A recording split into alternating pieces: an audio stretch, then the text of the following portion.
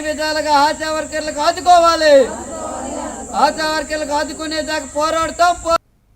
మార్కాపురం జిల్లా దోర్నాల వెలిగొండ టన్నెల్లో మంత్రి నిమ్మల రామానాయుడు రాత్రి పర్యటించి లైనింగ్ బెంచింగ్ పనులను పరిశీలించారు. సుమారు 19 కిలోమీటర్ల టన్నెల్లో ప్రయాణించి గ్యాంట్రీల ద్వారా జరుగుతున్న పనులు, కార్మికుల పరిస్థితిని తెలుసుకున్నారు. ఇక టన్నెల్ 2లో 12వ కిలోమీటర్ వద్ద నిలిచిపోయిన టీబీఎం యంత్రాన్ని పరిశీలించిన మంత్రి దాన్ని తొలగించకపోతే నీటి ప్రవాహం సాధ్యం కాదన్నారు. ఇక గత ప్రభుత్వంపై విమర్శలు చేస్తూ పనులు పూర్తి కాకుండానే ప్రాజెక్టును అంకితం చేయడం రైతులను మోసం చేయడమే అన్నారు. ఇక టన్నెల్లోనే కార్మికులతో కలిసి భోజనం చేస్తున్న మంత్రి ప్రమాదకర ప్రాంతాల్లో జాగ్రత్తలు తీసుకోవాలని అధికారులకు ఆదేశించారు.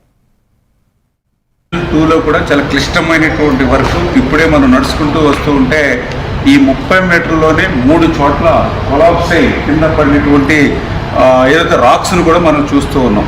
అంటే ఇటువంటి ప్రమాదకరమైనటువంటి క్లిష్టమైనటువంటి పనులు నిత్యం ఈ టన్నెల్లో ఉన్నటువంటి స్థితి. మొన్ననే మన తెలంగాణలో కూడా ఇట్లానే టన్నెల్ కొలాప్స్ అయి ఏ రకంగా అయితే అక్కడ విషాదం చూసాం, మనందరం కూడా చూసాం. అటువంటి క్లిష్టమైనటువంటి పనులు కూడా జగన్మోహన్ ఈ టన్నెల్ బోరింగ్ మిషన్ ఇప్పుడే మీరు చూస్తూ ఉన్నారు. ఏదైతే మరి 175 మీటర్ల పొడవు ఉంది, ఏదో ఒక 10 మీటర్ల 5 మీటర్లు కాదు, 175 మీటర్ల లెంగ్త్ పొడవు ఉంది ఆ చివరి వరకు. ఈ 175 మీటర్ల పొడవు ఉన్నటువంటి ఈ టీబీఎం వ్యాసం మీరు చూస్తే ఇది మొత్తం 9.8 మీటర్ వ్యాసం.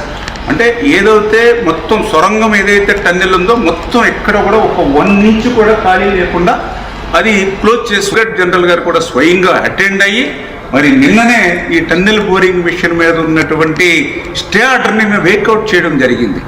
వాల్ కట్టి క్లోజ్ చేసేస్తారు. అంటే ఒక రకంగా సైడ్కి తీసుకెళ్ళి దాన్ని సమాధి చేసేసినట్టుగానే బరెల్ చేసేస్తారు. కానీ ఇది కదిలేటువంటి పరిస్థితి లేదు కాబట్టి ఇప్పుడు దీన్ని డిస్మాండిల్ చేసి బయటకు తీసుకెళ్ళాలి.